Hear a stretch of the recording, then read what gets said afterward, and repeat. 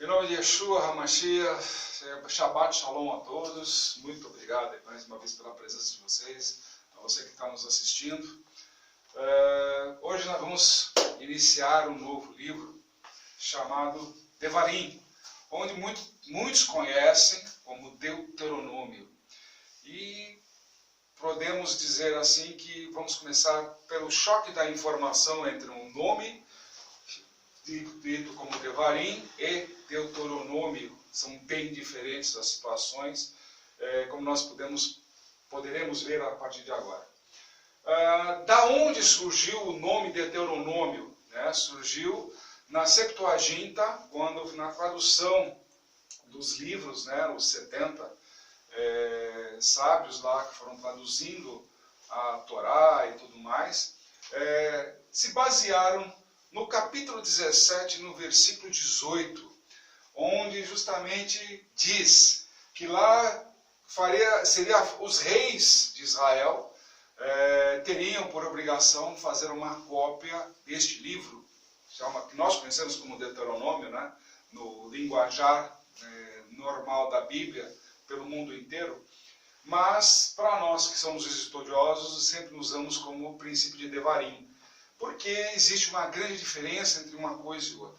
Mas o importante é a determinação que todos os reis de Israel, incluindo o nosso Messias, que ele é rei e sumo sacerdote, também adote este princípio, este fundamento deste livro. E o que tem de especial nesse livro? É onde Moisés faz a compilação de todos os ensinamentos contidos em Gênesis, Êxodo, Levítico e Número. Mas não é simplesmente ele pega e vai fazendo analogias e somente colocando palavras. Não, ele faz a conjugação de fatos, a conjugação de situações do cotidiano e aonde aquilo se aplica à lei de Deus e como deveria ser administrado da forma correta. Ou seja, um trabalho de 40 anos sendo ensinado para o povo, sendo esclarecido para que não tivesse nenhum tipo de problema e rompessem de fato e de todo direito qualquer vínculo, seja físico, seja espiritual, com o nosso Egito, ou exílio, como para alguns colocam aí. Então coloquemos assim, nesse capítulo 17, vou colocar aqui para vocês, Deuteronômio 17, 18, para aqueles que gostam de estar acompanhando a gente e estudando junto conosco. Então já está aqui a referência do porquê surgiu o nome Deuteronômio. Em Deuteronômio, no grego, que vem Deuteronomium todo, significa uma segunda lei. É o que sempre costumo falar e ensinar. A Bíblia hoje está cheia de autores e raramente tem tradutores. Porque para ser um tradutor, ele tem que se manter a literalidade cultural daquele princípio. E aqui por aqui já começamos a entender que muitas vezes as traduções que são feitas, traduções entre aspas, ganham ares de autoria. E aí podemos dizer hoje que a Bíblia tem muitos autores. E raros são os tradutores que se preocupam em ter o conhecimento cultural e entendimento do que significa a palavra correta e tudo mais. Devarim não. Devarim já é o princípio do próprio começo do livro no hebraico, que significa, nesse mesmo contexto, do 17 e 18, Mishneh HaTorah HaTzot, que significa uma cópia dos ensinamentos de Deus. Como nós sabemos, Torá significa ensinamento de Deus, que está justamente aqui citada, ok? Então, nessa mesma situação, nós estamos colocando o quê? Que não é uma segunda lei, mas sim tudo aquilo que Deus já apresentou desde o Monte Sinai, tanto que ele coloca no começo do livro, em Deuteronômio, a partir do Deuteronômio 1:1, ele começa a colocar desde o ensinamento do Monte Sinai. Ou seja, vocês já receberam os ensinamentos. Agora o foco de vocês é chegar na Terra Prometida, aonde está o Monte Sião. Ou seja, lá tem toda a bênção que é narrada em todos os profetas. E de Sião sairá o ensinamento de Deus. De Sião sairá a Torá. Ou seja, tudo aquilo que nós aprendemos até o dia de hoje vem se cumprindo, vem se estabelecendo, não porque tornamos o Monte Sinai uma referência por causa da Torá em cima disso. Pelo contrário, a Torá, a referência, o foco, o objetivo é chegar na Terra Prometida, porque o foco é o Monte Sião. Lá onde houve a Agadá de Isaac, ou seja, a tentativa lá da morte, do sacrifício dele e tudo mais, é tudo lá que ocorre. A referência lá, a visão de Jacó, dos anjos subindo e descendo, também é no mesmo foco, na mesma direção. Ou seja, nós temos que atingir essa plenitude espiritual a qualquer custo, nos esforçando, nos dedicando e entendendo o primeiro capítulo, justamente de Deuteronômio 1, para quem gosta, mas para nós, Devarim, que é a porção de hoje, a paraxá de hoje, ela já vem com Moisés dizendo os caminhos que já foram citados, que eles percorreram, desde o Monte Sinai, desde do deserto que eles andaram vagando, da renúncia em atravessar para a Terra Prometida, o tempo que se fazia para percorrer em pouco tempo, que Deus os levou de uma forma sobrenatural até a fronteira, mas eles ousaram desafiar Deus, dizendo não, com aqueles espias e tudo mais. Então a citação do nome das cidades que nós temos aí, que vocês vão poder ler logo nos primeiros versículos, fazem menção das águas amargas, da reclamação por falta de comida, da reclamação por falta de carne, da revolta de Coré e tudo mais. Mas a sutileza da liderança de Moisés nos dá um grande ensinamento. Eu posso falar dos problemas onde ocorreram e tudo mais, mas ele não apontou o dedo para ninguém dizendo você foi culpado, você é pecador, você é isso, você é aquilo, como normalmente se fazem hoje em dia. Então uma das coisas que nós temos que aprender muito com esse livro de Devarim é que a todo momento Moisés vai nos ensinar a liderança. Moisés tem um foco importantíssimo nesse momento, porque já é o momento da despedida dele, é o último momento derradeiro, ele procura deixar o ensinamento, mesmo Deus já tendo alertado para ele que é um povo de coração duro, que vai se dispersar na terra prometida e tudo mais, mas ele procura deixar um legado, nesse livro principalmente, que as pessoas usem ele, não somente os reis, os levitas, os sacerdotes, não pode dizer, mas sim todo aquele que ama a Deus e que verdadeiramente quer seguir os seus caminhos. Então, Devarim é aquele que a gente sempre fala, ou Deuteronômio, volto a repetir para quem gosta, é aquele famoso livro que por mais que a gente leia a Bíblia inteira, mas é o livro que nós temos que ler todo momento, pelo menos ler ele completo, uma vez por ano, como é assim determinado, pelo próprio treinamento, pelo próprio compromisso, como a gente vai ver também quando chegar na época do Deuteronômio 17, também nós vamos conseguir dar mais explicações sobre isso daí também. Mas este é um tempo novo, é um tempo realmente onde Moisés se despedindo, mas com a preocupação do povo não se perder e deixar um legado, ele começa a compilar todas as informações e nos abastece com a conjugação de todos os mandamentos, dentro de todo o ensinamento que dá dentro de Devarim ou Deuteronômio. Bom? Então, dito isto, então podemos começar por aquilo que Moisés citou, de uma forma até, quando ele fala para Deus, né, de uma forma mais incisiva, sobre o povo, né, que o povo não obedecia, era um povo de natureza dura, né?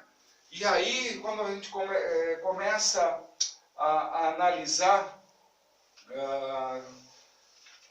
os versículos, o capítulo 1, versículo 12, Moisés faz a referência da seguinte forma.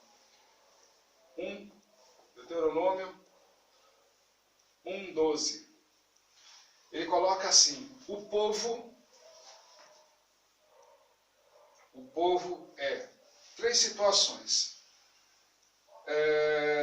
difíceis de suportar,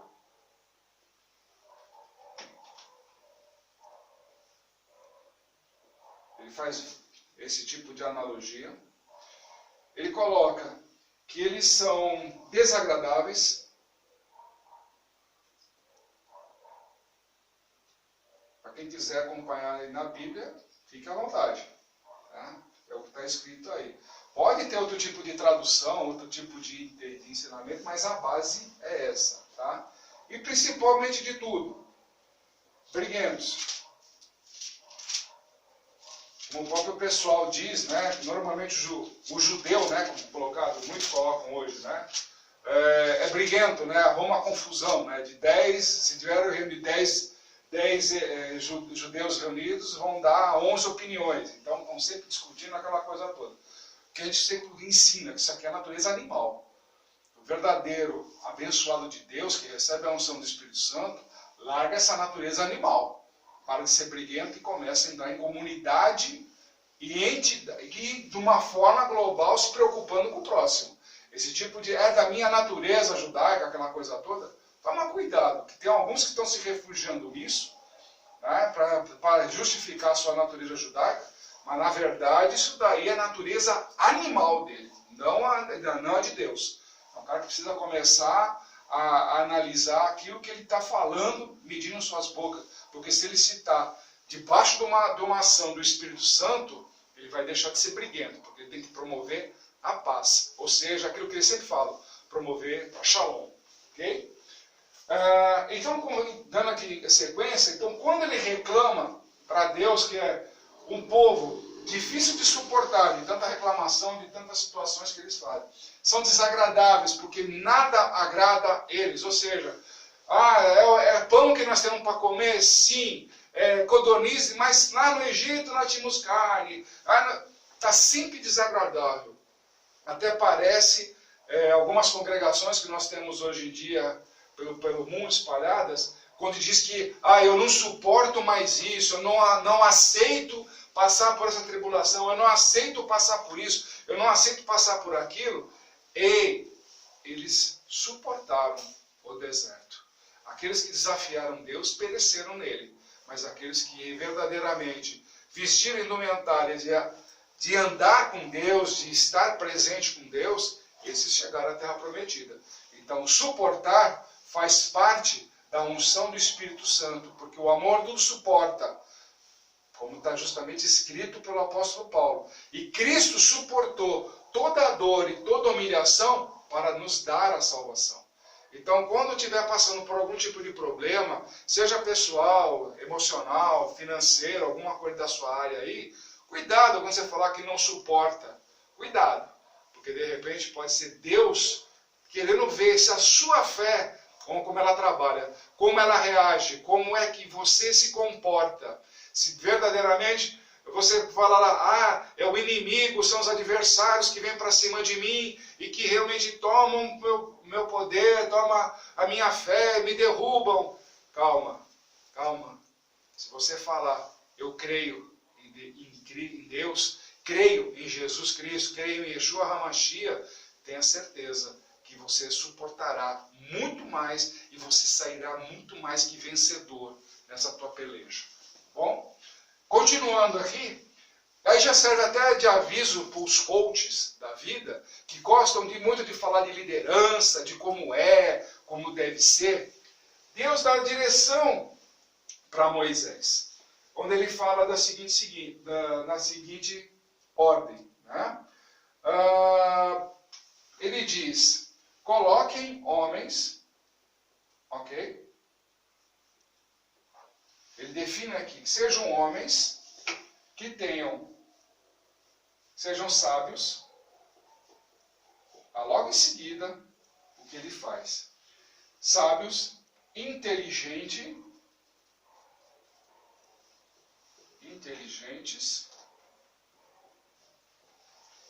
e, principalmente, experientes.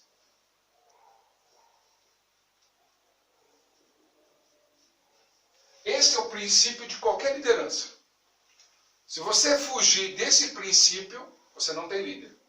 Você não consegue formar ou capacitar líderes. Você cria uma fórmula, digamos assim, de enganação. Porque se ele não tem sabedoria, não tem inteligência e não tem experiência, não tiver esse conjunto, ele não se torna líder. Ele não é líder. Ele não consegue fazer nada. Ah, mas tenho casos de sucesso, disso, daquilo, de pessoas sem experiência. Ótimo, a primeira crise que tiver, como teve agora, muita gente que era líder perdeu o seu trabalho porque era incompetente para sair dos problemas. Ele só sabia ser líder daquela forma. Não tinha horizonte. Por isso, a experiência é necessária. Não tinha inteligência suficiente para sair do seu lugar comum.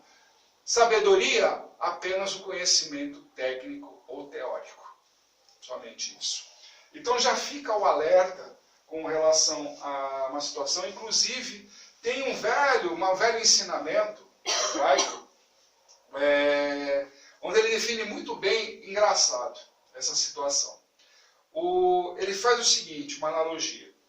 Uma pessoa, né, que é cambista, vamos supor, de moeda, para verificar se a moeda é verdadeira ou falsa, aquela situação toda, ele define a seguinte: quando é o sábio que vai fazer a análise, digamos assim, o homem sábio que vai fazer a análise, ele fica lá esperando, então as pessoas vão lá e buscam ele para identificar a moeda. Nós sabemos que naquela época, havia também muita falsificação, muito problema por aí de dinheiro. Então tinha que ter o sábio para saber se a cunhagem era boa ou não. Né? E aí ele analisava, o sábio analisava e dava o seu veredito, sim ou não, e ficava por isso mesmo. E dava a veracidade da situação. Mas o fato é, se vinha ou não perguntarem a ele, ele continuaria lá, parado, esperando que alguém viesse buscar a orientação. Qual que é a diferença com o homem inteligente? Uma grande diferença. O homem inteligente também fazia o mesmo papel. Olhava as pessoas que iam lá visitá-lo, né, ou buscá-lo, consultá-lo, digamos assim, para fazer a analogia. Ele faria a analogia dizendo se a moeda era verdadeira ou não e tudo mais. Ponto. O câmbio estava confirmado ou negado. Pronto, beleza. Mas a diferença é que o homem sábio ficava parado. O homem inteligente, se tinha alguém procurando, ele atendia. Se não tinha ninguém o procurando, ele usava os seus próprios recursos e ia gerar rendimentos. Porque não ficava lá dependendo de alguém procurá-lo. O homem inteligente sai do seu lugar comum e faz a sua própria fortuna. Mesmo que, eu tenho um pouco. Mas o pouco, ele se torna grande para quem tem inteligência de saber usar os seus recursos. O sábio não, ele cai naquele galardão e fica lá apenas esperando. E muitas vezes o sábio morre de fome, porque justamente não fez o trabalho que deveria ter sido feito. Por isso que existem muitos comparativos aí que a gente faz com relação ao sacerdócio. Que muita gente fala que sacerdote não tem que trabalhar. Pelo contrário, tem que trabalhar. A Bíblia nos ensina, de Gênesis e Apocalipse, o sacerdote tem que trabalhar. Tem que ganhar seu pão, porque tem que ser digno do seu salário. Porque a obra de Deus, ela é gratuita. Então, não se mistura o salário de trabalho braçal, de salário de evangelismo. Quem te dá a graça é o Espírito Santo e te dá de graça. Então, de graça nós temos que dar. Então, aquele que se abraça, que deve ser sustentado pela igreja, o apóstolo Paulo dá a direção. Nós temos que fazer com que nós não nos tornemos peso para a igreja. Então, abra o olho também aí. Seja inteligente, ministro. Vá trabalhar, vai se capacitar, se qualificar. Sai desse negócio de ficar lá querendo ser sustentado. Calma, não é por aí não, porque está cheio de muito jovem por aí, falando grosso, mas na primeira oportunidade que tiveram aí, que é onde as igrejas fecharam e tudo mais, caíram aí e ficaram procurando a gente. Deixa eu ministrar, não sei o que, eu faço com qualquer dinheiro, qualquer... Cuidado, cuidado. Ainda mais quando não tem experiência. Se não tem experiência, como é que você pode falar de evangelho? Como é que você pode falar de Deus? Se o próprio Moisés foi direcionado para que usasse de pessoas experientes no trato do ensinamento que ele mesmo fez. No dia a dia, do convívio comunitário, de orientar. Por isso que ele elegeu pessoas com sabedoria, inteligência e experiência, para que pudesse dar a direção. Os problemas mais graves traziam para Moisés. Todo mundo lembra desse ensinamento. Então, o fundamento é esse. Sabedoria, inteligência e experiência. Isso faz com que a pessoa... É o princípio do ser um verdadeiro líder. Ok? Isso é o aspecto da liderança. Tá bom?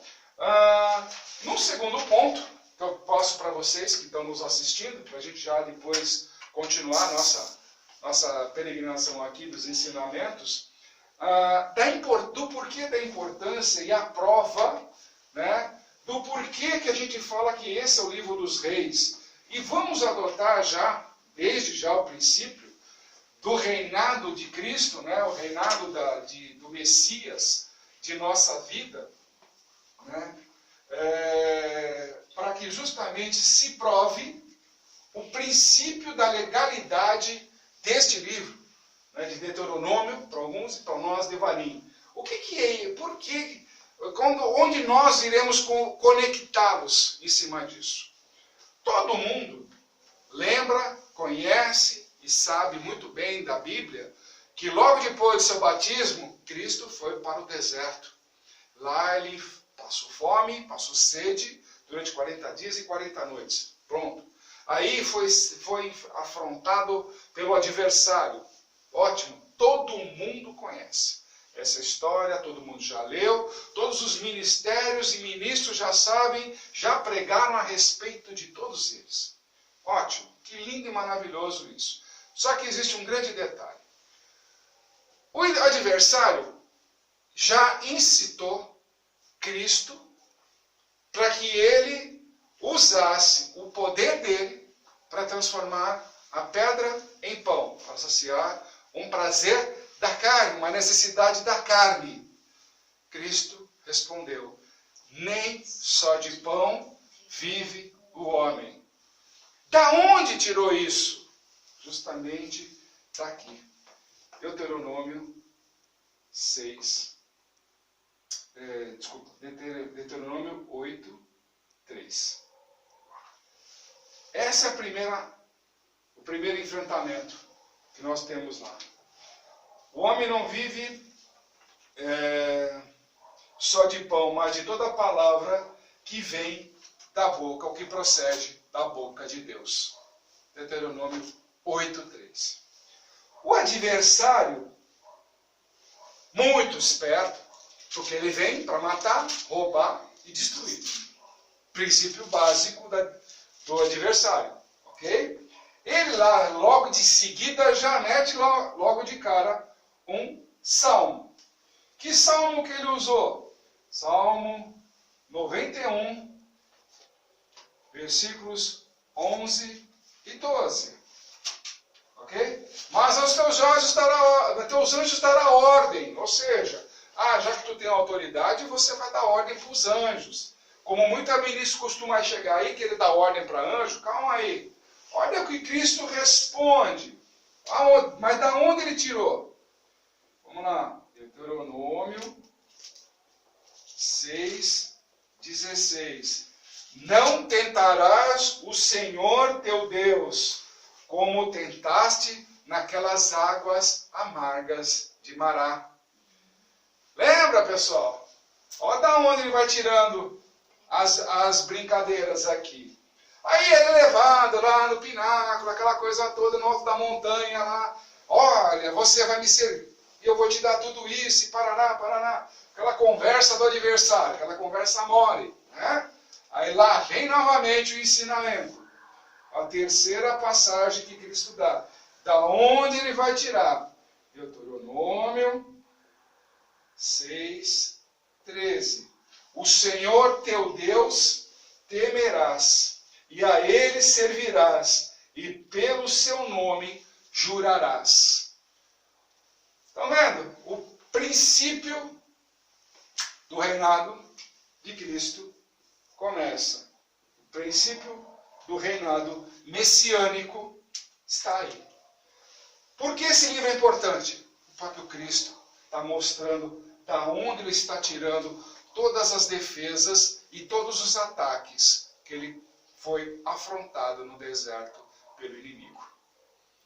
Então, ou seja, este livro é importante. Este livro tem um poder fantástico de nos instruir. Como o próprio livro de Salomão diz, livro de Provérbios, né, que ele vem nos dar fundamentos, nos dar realmente edificação, para que nós tenhamos sabedoria, conhecimento, para poder ensinar e usar de disciplina e tudo mais. O livro de Deuteronômio e de Devarim nos trazem a mesma foco, a mesma direção. Nos capacita para a liderança, nos capacita para sabermos ser obedientes, nos capacita em disciplina e nos capacita a andar sempre no Espírito Santo com Deus.